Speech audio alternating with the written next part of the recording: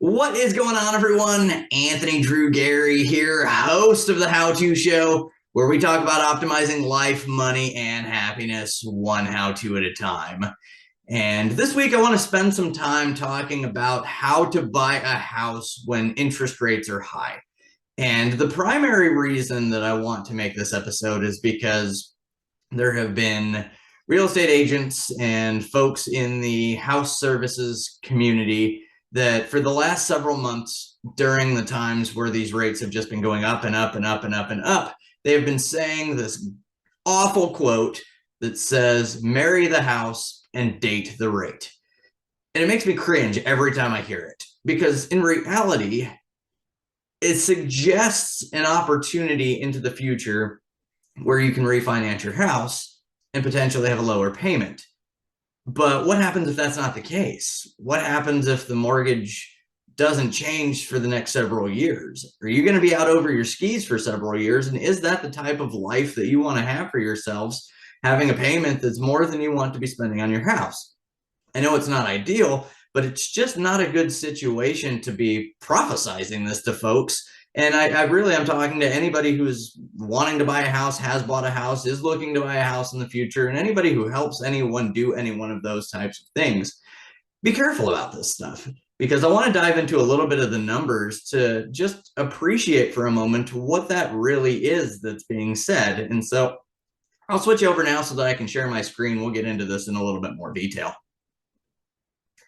All right, so side by side, I've got two mortgage calculators here, and both of them are for a $300,000 loan amount, which may or may not be appropriate for your area of the country. But the primary audience of my videos is Indianapolis, and so we're going to go with it. It is still feasible to get a house in the Indianapolis area for $300,000 plus a down payment, but it's not necessarily going to be a McMansion or anything extravagant. This is baseline buying a house.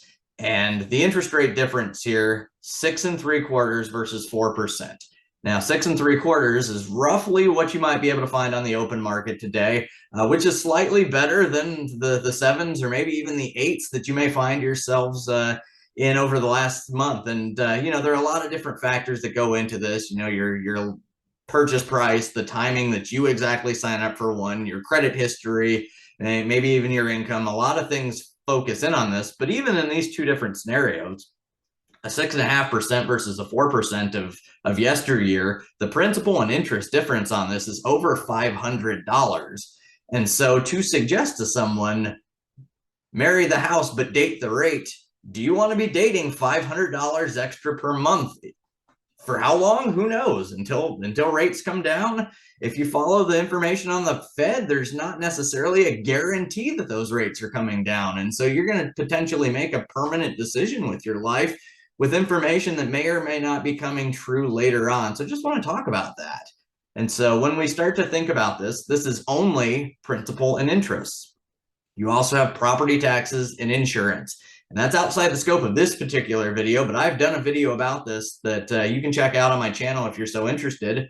Generally speaking, property taxes are going to be in the thousands of dollars per year, and homeowners insurance is rapidly approaching those same sorts of numbers. If you've got a smaller house with smaller numbers, you might be able to get homeowners insurance for less than $1,000 a year now, but those days are numbered because these costs of taxes and costs of insurance are going up each and every year. And so on top of, the 1946 that we see here, if we bring up a calculator, let's say you've got $2,000 in property taxes and $1,000 in insurance, $3,000 divided by 12, you're adding $250 a month to that 1946 down there. And that doesn't even necessarily include some of the other things that go into your house. You've got utilities that are going to be a couple of $100 a month. If you're not putting a 20% down payment on there, you're going to have PMI, which is mortgage insurance premiums that effectively don't get you any benefit, but you're still going to pay 100, 200, maybe a little more than that per month on top of that. So let's go ahead and have this play out for a minute. This is $1,946 in principal and interest alone. And then we've already talked about the $250 in property taxes and insurance potentially. And then if you continue adding that up, you're probably going to have mortgage insurance if you haven't put 20% down, and that's probably another $150 a month. And then you've got utility bills to add on top of that, and that could be anywhere from $200 to $300 a month. So let's plug that in. And let's say that you would live in a neighborhood that has a homeowners association. That can be anywhere from 30 to 50 to hundreds of dollars a month. And so let's go conservative on that one, and we'll add 30 into that, and we get ourselves to 2626, which is a number that we need to factor into a larger discussion of what affordable is. And the Department of Housing and Urban Development, that's HUD, they suggest basically if you are spending more than 30% of your income on your property taxes, your homeowner's insurance, your principal, your interest, and your utility bills, and basically everything we just added up, if you take your gross income and you multiply it by 0.3, if that number on the screen is bigger than the number you get on your calculator, you've got some thinking to do as to whether or not you want to get yourself into this situation. And so realistically, I don't want this to be a doom and gloom video, but you need to approach this with a level of responsibility in terms of how much you want to be spending every month. And I don't think it's wise advice to just suggest that, oh, you can refinance when the rates come down next year. Because anybody prophesizing that does not know that for certain. And you can be stuck with the payment that you see on the screen if there is not a feasible opportunity to refinance. So wanted to make a video about this just to talk about it.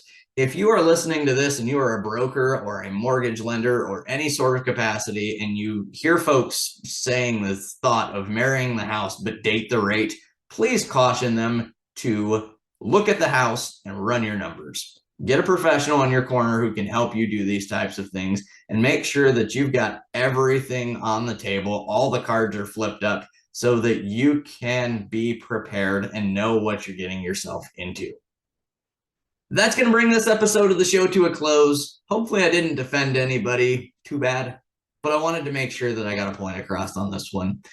As always, you can engage with me in the comments down below. You can subscribe to the channel to be the first to know about new content each and every week it comes out.